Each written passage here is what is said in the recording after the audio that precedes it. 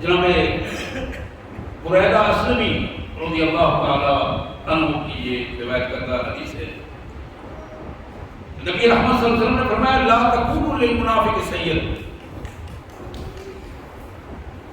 فإنه إن يكن سید فقد استحقتم ربكم عز وجل. کسی بھی منافق آدمی کو اپنا سردار نہ بناؤ، اپنا لیڈر نہ بناؤ.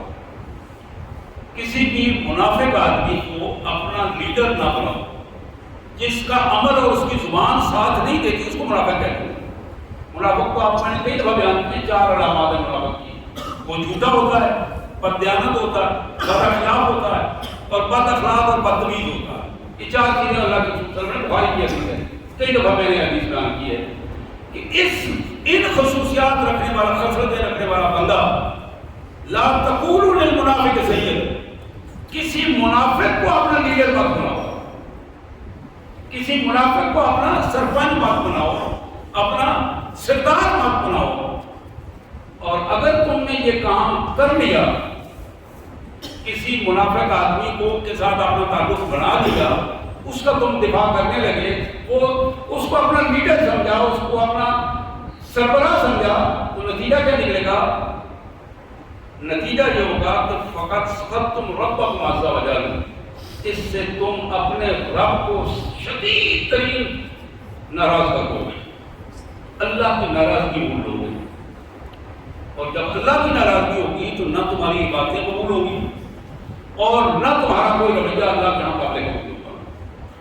جب اللہ ناراض ہے تو پھر ہزاروں سجدے اس کو دور کرتے رہو، جب تک سچی توبہ نہیں کرو گے وہ سجدے قبول نہیں ہوں گے. اللہ کو خرچ کرتے رہو، حج کرتے رہو، روزے رکھتے رہو، وہ تب تک قبول نہیں ہوں گے جب تک سچی توبہ نہیں کرو گے.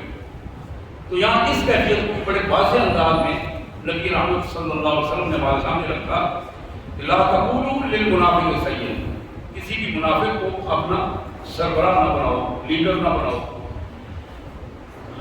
ہماری پوزیشن تو اس انداز کی ہے کہ پچھلے 75 سال سے مجموعی طور پر ہم منافقوں کے گلے پڑے ہوئے ہیں اور منافق ہمارے گلے پڑے ہوئے ہیں، اور پھر ہم انہی کے پیچھے اور وہ ہمارے پیچھے.